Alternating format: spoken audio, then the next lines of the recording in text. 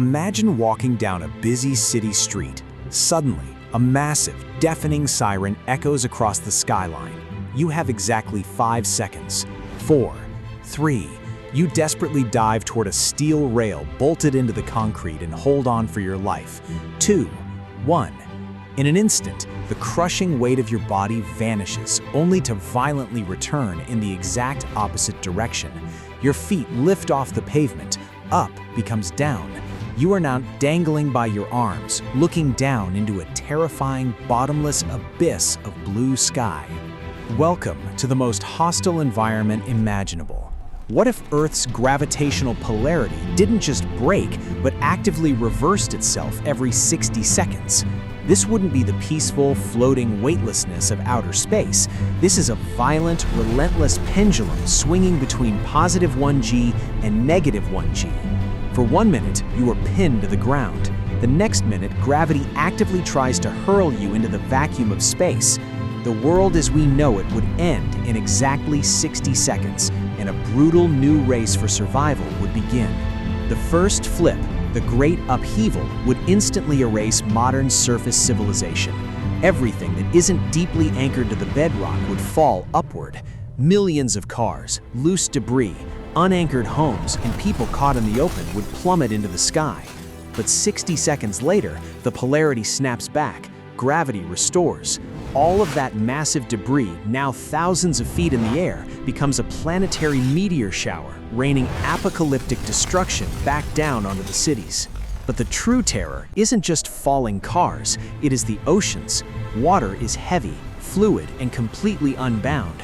When gravity reverses, the top layer of the world's oceans would rise into the atmosphere like an inverted, boiling wall of water. Millions of tons of seawater would hang suspended in the sky for a minute, only to crash back down as a continent-destroying global tsunami the moment gravity normalizes. The coastlines wouldn't just flood, they would be pounded into dust by a relentless 2-minute rhythmic hammer of the Pacific and Atlantic.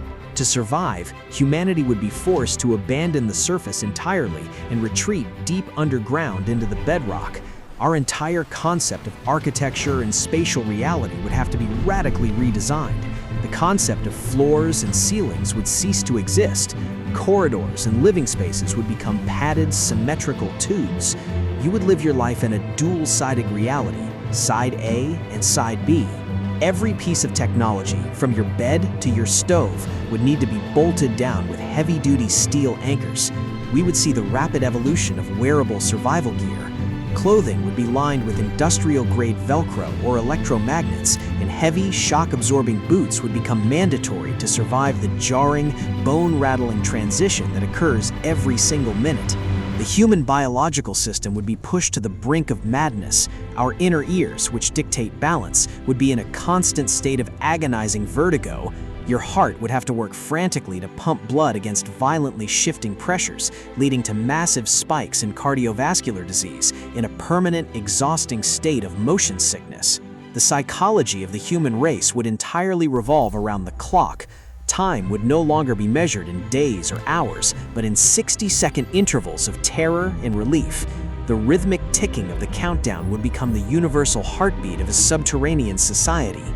Ultimately, a world where gravity flips wouldn't just flip our bodies, it would violently flip our position on the food chain, turning the Earth itself into an active predator, trying to throw us off and forcing humanity to hold on tight just to exist.